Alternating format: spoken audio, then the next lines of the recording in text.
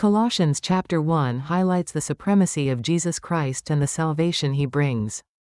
As Paul prays, that you may be filled with the knowledge of his will, through all the wisdom and understanding that the Spirit gives. This fulfills Isaiah chapter 11:2, the spirit of wisdom and understanding shall rest on him. Paul declares that Jesus is the image of the invisible God, the creator of all, and through him, reconciliation with God is achieved. God's heart desires us to know Christ deeply, live in the peace and joy of his sacrifice, and bear fruit in every good work. Colossians chapter 2 urges believers to find full assurance and unity in Christ.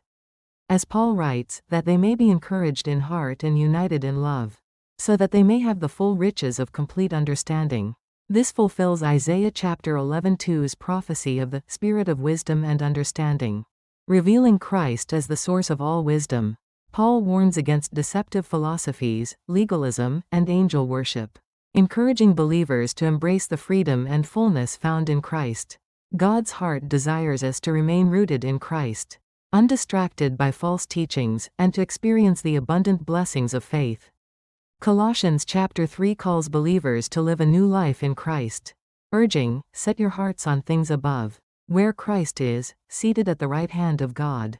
This fulfills Psalm 110:1, the Lord says to my Lord, sit at my right hand.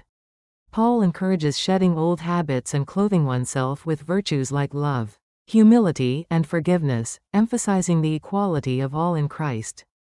God's heart desires us to unite in Christ, live in love, pursue heavenly values, and lead lives overflowing with gratitude. Colossians chapter 4 highlights the importance of prayer and relationships, stating, Tychicus will tell you all the news about me. He is a dear brother, a faithful minister, and fellow servant in the Lord. This reflects Proverbs chapter 27:17, as iron sharpens iron, so one person sharpens another. Illustrating the value of partnership, Paul urges continuous prayer, gracious speech, and collaboration in the gospel mission. God's heart desires us to build one another in love, live wisely, and approach him through prayer, fostering unity and spiritual growth in his kingdom.